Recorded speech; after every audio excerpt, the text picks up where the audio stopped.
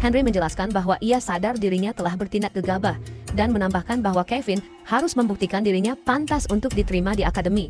Ia juga memberikan satu syarat, Kevin tidak boleh hanya memanfaatkan kebaikannya dan harus menerima ujian darinya terlebih dahulu. Jika Kevin ingin masuk akademi, ia harus berbicara langsung dengan Henry sebelum meminta bantuan ayah mereka. Hans menghela napas melihat perubahan besar dalam sikap putranya, lalu berkata bahwa ia akan memenuhi permintaan itu. Henry pun tersenyum dan mengucapkan terima kasih. Ketika Henry menceritakan kabar tentang para perampok yang menghilang dari jalur perdagangan, Hans terkejut. Henry menjelaskan bahwa itulah yang dikatakan para pedagang. Hans pun memutuskan akan mengirim pasukan keesokan paginya untuk memastikan kebenaran rumor tersebut. Malamnya Henry duduk menatap keluar jendela menunggu Kevin. Ia berharap adiknya tidak berubah pikiran. Terdengar ketukan di pintu, Henry menyuruh orang di balik pintu untuk masuk. Kevin membuka pintu perlahan lalu melangkah masuk dengan ragu. Ia menatap kakaknya dengan ekspresi takut.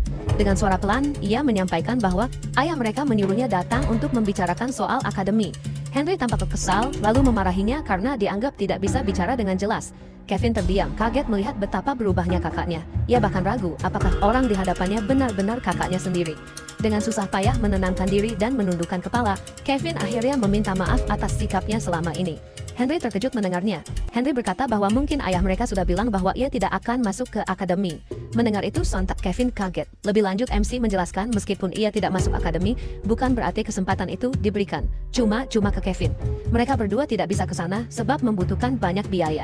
Jika Kevin sungguh-sungguh ingin masuk, Henry akan memberinya kesempatan dengan satu syarat. Belum sempat Henry menjelaskan, Kevin langsung memotong, berjanji akan berusaha sekuat tenaga dan ingin segera tahu apa syaratnya. Henry memintanya untuk tenang dan tidak tergesa-gesa. Ia lalu bertanya, apakah Kevin pernah mendengar wilayah bernama Burnham?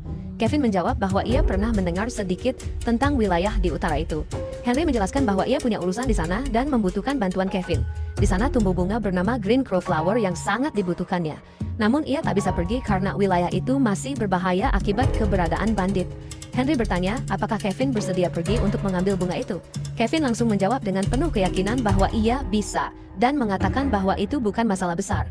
Henry menyuruhnya untuk tidak terlalu percaya diri, karena masih ada tambahan syarat. Karena bunga itu bagian penting dari rencana balas dendamnya, ia memberi Kevin waktu 6 hari, tidak boleh lebih. Kevin terkejut mendengar waktu yang begitu singkat. Ia sadar bahwa untuk memenuhi tenggat waktu itu, ia harus terus menunggang kuda tanpa henti, bahkan tanpa tidur. Belum sempat Kevin menjawab, Henry dengan tegas berkata, jika tugas itu terasa terlalu berat, lebih baik mundur saja. Namun Kevin tidak ingin melewatkan kesempatan itu. Dengan penuh keyakinan, ia meyakinkan kakaknya bahwa ia pasti bisa menyelesaikan misi itu.